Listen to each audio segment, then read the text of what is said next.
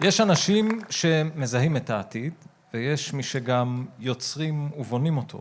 אורח הכבוד שלנו הערב הוא מדען, יזם ופורץ דרך בעל שם עולמי, שהחל את דרכו כאן בין שבילי המכון, כסטודנט לתואר שני במתמטיקה ומדעי המחשב, בהנחיית הפרופסור שמעון אולמן. מאז הוא ממשיך לתרגם מחקר וחשיבה נועזת לחדשנות שמשנה את הדרך שבה העולם נע, חושב ומתקדם.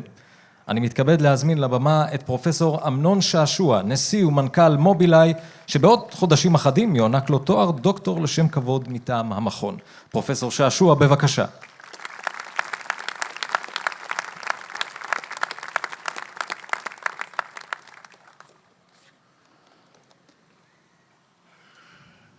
נשיא מכון ויצמן למדע, פרופסור אלון חן, יושב ראש המועצה המדעית, פרופסור ניר דוידסון, דיקנית בית ספר למחקר, פרופסור מאיה שולדינר, חברי הסגל המדעי האקדמי, בנות ובני המשפחות ובוגרות ובוגרים יקרים, ערב טוב לכולכם. מכון ויצמן הוא מוסד ששמו הולך לפניו בעולם, אבל עבורי הוא גם מקום אישי מאוד, האלמה מאטר שלי. המקום שבו למדתי, התבגרתי מדעית ורכשתי חלק מן הכלים שמלווים אותי עד היום. הערב הזה מחזיר אותי 40 שנה לאחור, אל שנת 1986. הגעתי לקמפוס הזה ללימודי תואר שני בהנחייתו של פרופסור שמעון אולמן, והמפגש הזה שינה את מסלול חיי. זכיתי ללמוד ולחשוב במחיצתם של מדענים שהציפו רף אינטלקטואלי יוצא דופן. דוד הראל, עדי שמיר, תמר פלש, אהוד שפירא ואחי ברנט. לא פחות מכך נוצרו כאן חברויות עם עמיתים לספסל הלימודים, חברויות שממשיכות ללוות אותי עד היום. התקופה הזו עיצבה אותי כחוקר, אך בדיעבד אני מבין שהיא עיצבה גם את תפיסתי כיזם. ראיתי מקרוב את שמעון אולמן נע בין מחקר בסיסי ברמה הכי גבוהה ביותר, לבין עשייה יישומית בחברת אורבוטק. שם הבנתי לראשונה שהמרחק בין רעיון תיאורטי עמוק לבין מערכת שפועלת בעולם האמיתי קטן מכפי שנדמה, ושהמעבר ביניהם אינו ויתור על מדע, אלא לעתים הרחבה טבעית שלו. בעולמות שבהם עסקתי מאז, ראייה ממוחשבת, למידה חישובית, בינה מלאכותית, מערכות אוטונומיות, התובנה הזו חזרה שוב ושוב.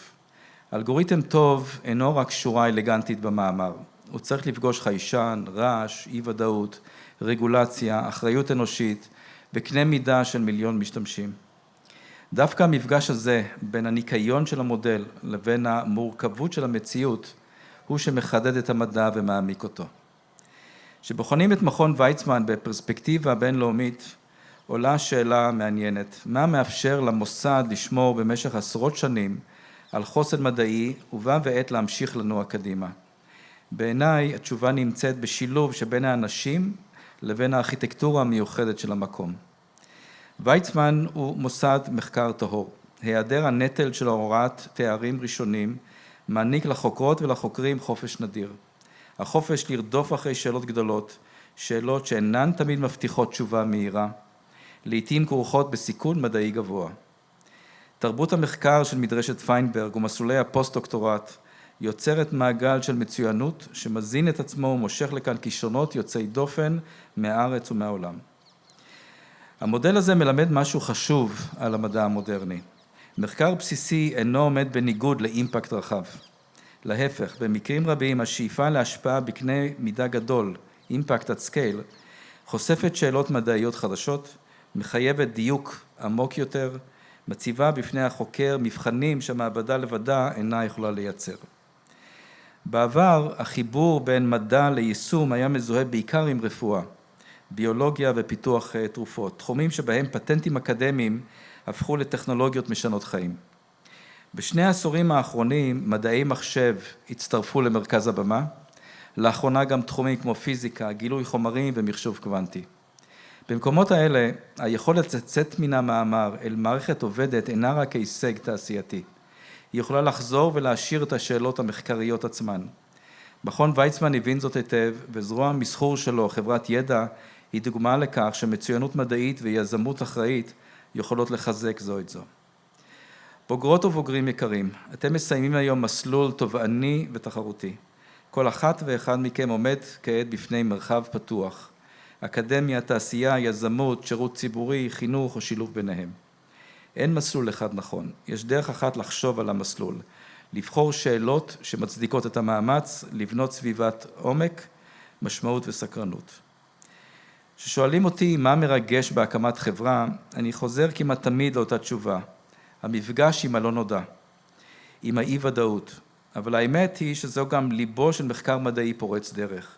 בשני העולמות אין מפה מלאה. יש השערה, יש אינטואיציה, יש ניסוי, יש כישלון, יש תיקון, יש רגעים נדירים שבהם התמונה מתחילה להתבהר. בבינה מלאכותית אנחנו חיים כרגע בתקופה שבה הגבולות זזים במהירות. מחשבים חדלים להיות רק כלים פסיביים לביצוע הוראות והופכים בהדרגה לשותפים קוגניטיביים. מערכות שמסוגלות לתפוס, להסיק, לשוחח, לתכנן ולפעול. המעבר הזה יוצר הזדמנויות עצומות, אבל גם אחריות עמוקה. הוא דורש מאיתנו לשאול לא רק מה ניתן לבנות, אלא כיצד בונים מערכות אמינות, מוסברות, בטוחות ומועילות לאנושות. יש כאן לכם יתרון אמיתי. ההכשרה שקיבלתם במכון ויצמן אינה רק אוסף של שיטות ידע מקצועי, היא הרגל מחשבתי, לפרק בעיה קשה לגורמים, להבחין בין רעש לאות, לבדוק הנחות, לאהוב דיוק, לדעת שגם מודל יפה חייב לעמוד במבחן המציאות. אלה בדיוק הכלים שנדרשים כדי להוביל מדע משמעותי, וגם כדי להפוך מדע לטכנולוגיה שמשנה חיים. לכן אני מקווה שתמשיכו לבחור באתגרים שיש בהם אי-ודאות אמיתית, לא מפני שהסיכון הוא ערך בפני עצמו, אלא שבקצהו נמצאת האפשרות לגלות משהו שלא היה ידוע, לבנות משהו שלא היה קיים ולהשפיע על אנשים רבים. חלקכם יעשו זאת במעבדה, חלקכם בחברות, חלקכם במרחבים שעדיין אין להם שם. בכל אחד מהמסלולים האלה, העומק המדעי שרכשתם כאן יכול להיות מצפן. ולבסוף, בתוך כל זה יש גם הקשר ישראלי. מדע מצוין, כלכלה חזקה וחברה חופשית ובטוחה אינם עולמות נפרדים, הם תלויים זה בזה. האחריות שלנו הוא להמשיך ולחזק כאן תשתית של ידע, יצירה ואמון, תשתית שתאפשר לדורות הבאים לחקור, להעז ולבנות. הערב אתם מסיימים פרק חשוב. העבודה האמיתית אינה רק מתחילה עכשיו. במובנים רבים היא התחילה בכל שאלה ששאלתם, בכל ניסוי שלא הצליח, בכל מאמר שכתבתם, בכל רגע שבו בחרתם להעמיק עוד קצת. אני מאחל לכם שתמשיכו לשאול שאלות גדולות, לבנות בזהירות ובאומץ ולהשאיר אחריכם עולם עשיר, חכם וטוב יותר. תודה רבה ובהצלחה גדולה.